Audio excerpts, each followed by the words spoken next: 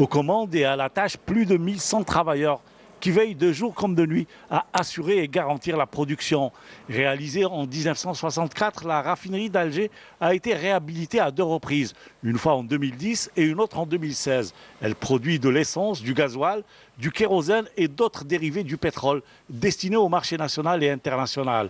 Avec la dernière réhabilitation achevée en 2019, la raffinerie a permis à Sonatrach de ne plus importer du carburant.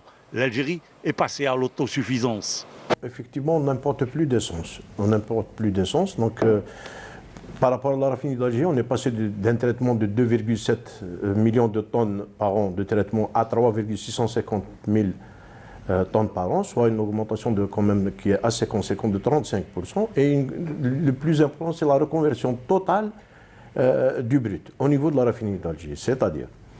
C'est-à-dire qu'on est passé d'une production de gasoil de 650 000 à 1 200 000, ce qui est très très important, c'est pratiquement le double, et qu'on ne fabriquait pas d'essence auparavant.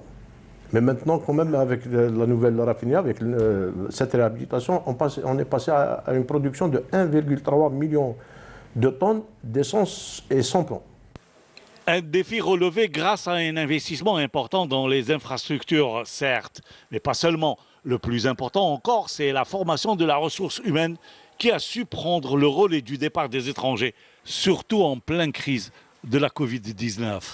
On a relevé un défi, alhamdoulilah, grâce à l'investissement dans l'homme, c'est-à-dire dans les ressources humaines. On a fait beaucoup de formations à nos éléments. Ils ont fait l'IAP, ils ont fait l'étranger, ils ont fait toutes les raffineries d'Alger, tous les sites de Sonatrach. Donc ça nous a permis de former nos éléments bien avant d'entamer le démarrage de ces unités, ce qui a été très bénéfique parce qu'actuellement, pas actuellement, mais je dirais qu'on a démarré nos unités avec notre personnel. Rejoindre Sonatrach, c'était un rêve qui était presque inaccessible.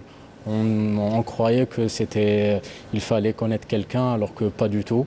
On a juste déposé notre CV, ils nous ont appelés, on a passé notre entretien et tout s'est bien passé. Alors, on a été recruté en 2018. En 2018, je suis de cursus universitaire, j'ai un master en raffinage et pétrochimie. Puis, en intégrant la Sonatrach, ils nous ont formés à l'IAP de Arzeu. J'ai rejoint Sonatrach en 2015. Ils ont publié un concours national, IAP. Donc on a passé le concours, et alhamdoulilah, j'ai réussi. Vous êtes? Maintenant, je suis un technicien d'exploitation consoliste. Le plus grand défi, c'est la mise en service de la raffinerie d'Alger en 2018. C'est 100% algérien, tous des cadres algériens. Et c'est une fierté pour vous? Bien sûr. C'est une fierté? Bien sûr, c'est une grande fierté pour nous. Des compétences exclusivement algériennes que nous avons retrouvées au niveau du laboratoire où 28 techniciens et ingénieurs diplômés des universités et instituts algériens veillent sur le contrôle de la qualité des produits. Le laboratoire, c'est les yeux de la raffinerie. C'est le garant de la qualité.